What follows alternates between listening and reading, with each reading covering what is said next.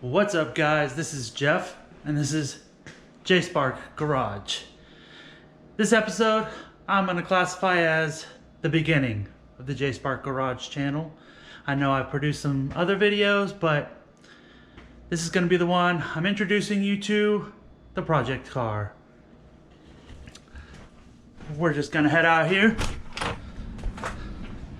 and I'm going to bring it to you right now. This is it. 2007 Chrysler 300.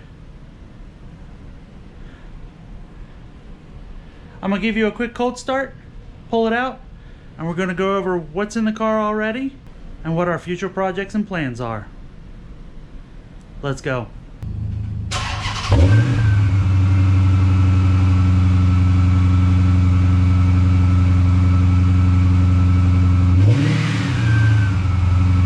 So like I said, this is a 2007 Chrysler 300 SRT8. Yes, they made one. A lot of people don't even know that. They think it's just a Charger and Challenger thing. This comes with the 6.1 liter, 425 horsepower engine. We're gonna start from the back, head to the front, and go over everything that's already done to the vehicle. Then we're gonna go over our future goals and plans for the car. To start off with, we have a custom exhaust. The muffler and the resonator has been removed and replaced with Flowmaster mufflers in the center of the vehicle with 12-inch resonators in the back to reduce the drone.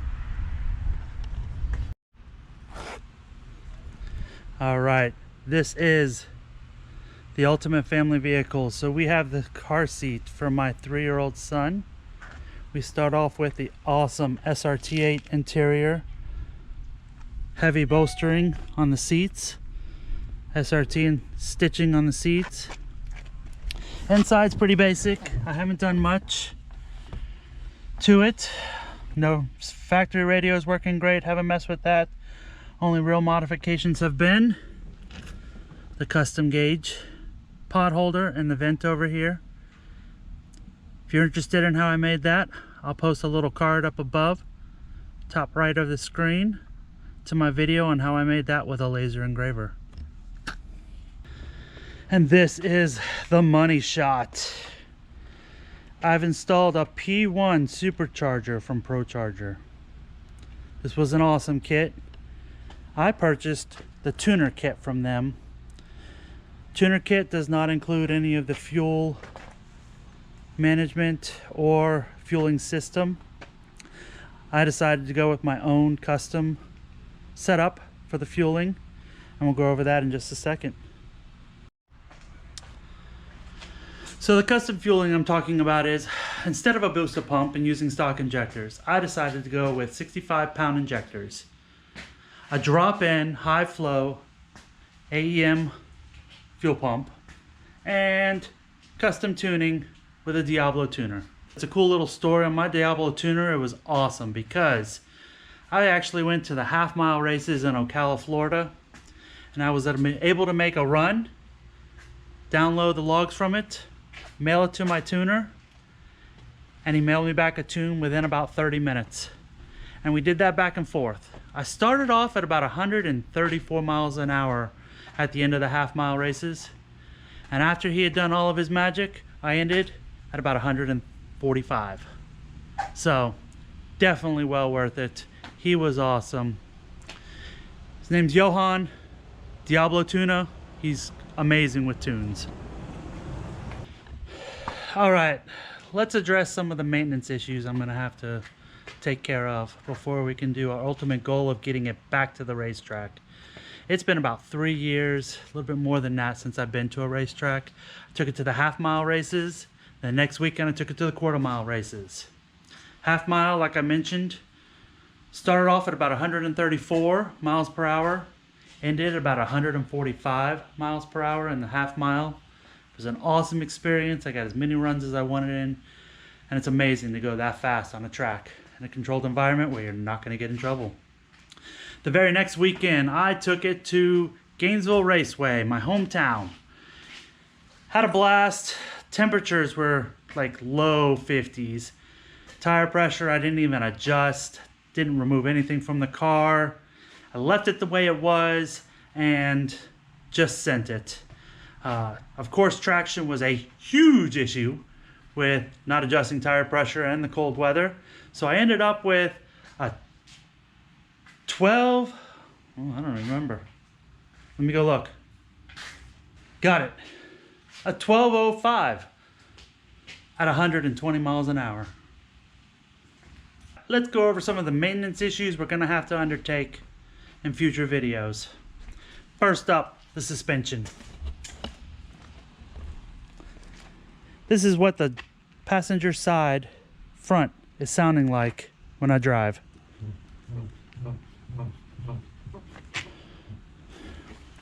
I don't know if you hear that, but it's like 10 times worse when you're actually driving the car. So that's first undertaking is we got to rebuild the whole front end suspension on it. It's already running on street edge coilovers. I have a feeling I just need to start replacing the bushings. The car's got about 105,000 miles on it, so it's definitely due. The next maintenance issue is the last Cars and Coffee I went to. On the way home, I got a battery light. The voltage meter on the dash dropped to about 12 volts. It lasted that way for about 20 minutes. Voltage started dropping down to 11.7 volts. So I was getting a little worried. Then all of a sudden, the voltage jumped up to 14, and it's been that way since. So a little worried. I think I'm gonna have to go in and just get the alternator checked. Most likely we're gonna have to replace the alternator. It's gonna be a little bit of a challenge because of the intercooler piping from the Supercharger, but we'll manage. Some of the other maintenance issues we're gonna have to address is this right here, my rain sensor. It doesn't work. I don't know why it doesn't work, but we're gonna figure out why it doesn't work. I got a few ideas and hacks that we're gonna try, see if we can get it working again. The other thing we're gonna need to do is the wipers. Wipers have this strange issue that they don't want to park all the way down. Sometimes they stop about 3 inches up. Sometimes they stop in the middle of the freaking windshield. Super annoying. There's really no idea what the fix is. A lot of people say it's the stack inside. Some people say it's the motor. I'm thinking it's in the motor because there's some circuitry in there that's supposed to tell it when it's all the way at the bottom. I have a feeling it's corrosion or something like that. So one of these videos, we're gonna tear into that motor and see what we can find. Alrighty, this is going to be the start of some of our projects on the car. First up, we got remote start. Supposed to be easy plug and play. We'll find out. Next up, if you've watched one of my previous videos, I had some transmission issues. I replaced the filter, the conductor plate, the fluid, but we're gonna go back into the transmission and see if all this time I've collected any more metal filings. Check out the previous video, and then future videos, we're gonna go into the transmission again, see what we find. Another project. See that Mercedes? Let's open that up. We're going to be installing paddle shifters onto the steering wheel. Should be awesome. I can't wait. And then this pile of mess right here. You know what that's for? That's to fix a mistake I did with the front bumper. I got it caught and it ripped the bottom of the bumper. So this is going to be used. We got some body filler, we got some epoxies, brushes, stuff like that to take care of. We're going to fix it right up. Here's some of that damage we're going to fix. We got a big old crack starting right there. And underneath, it's all ripped up. We're going to fix that. If you know anything about SRT8 bumpers, you know they're extremely hard to find. So I think a repair is going to be the best thing. It's on the bottom, not too worried about it. We're also going to go over prepping it, and we're going to paint the whole thing because it had previously been painted before, and the clear coat's all peeling off of it. So we got to strip it down and redo the whole thing. So if you've made it this far, thank you very much. I know there's the one question everyone wants to ask: how much power does it make? And I don't have an answer for you. I honestly don't know.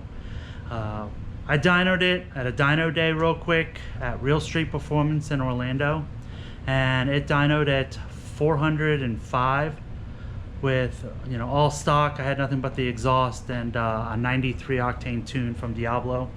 So if there are any shops with a dyno in the Central Florida area that's willing to throw it on for 30 minutes or an hour or so and get a few polls to get some numbers, I would really appreciate that. Hit me up in the comments below, or send me an email at jsparkgarage@gmail.com.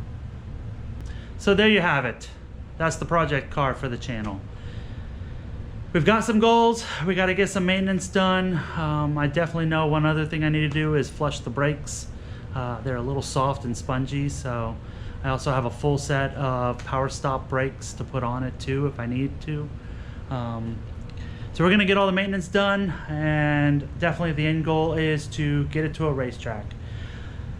First goal is to get it into the 11s, and then we'll go from there. It's gonna be a blast. Goals for the channel: just to hang out, do maintenance, hopefully educate you guys on some stuff that I know. You guys can educate me on stuff that I don't know. You know, I'm not saying I'm an expert or anything.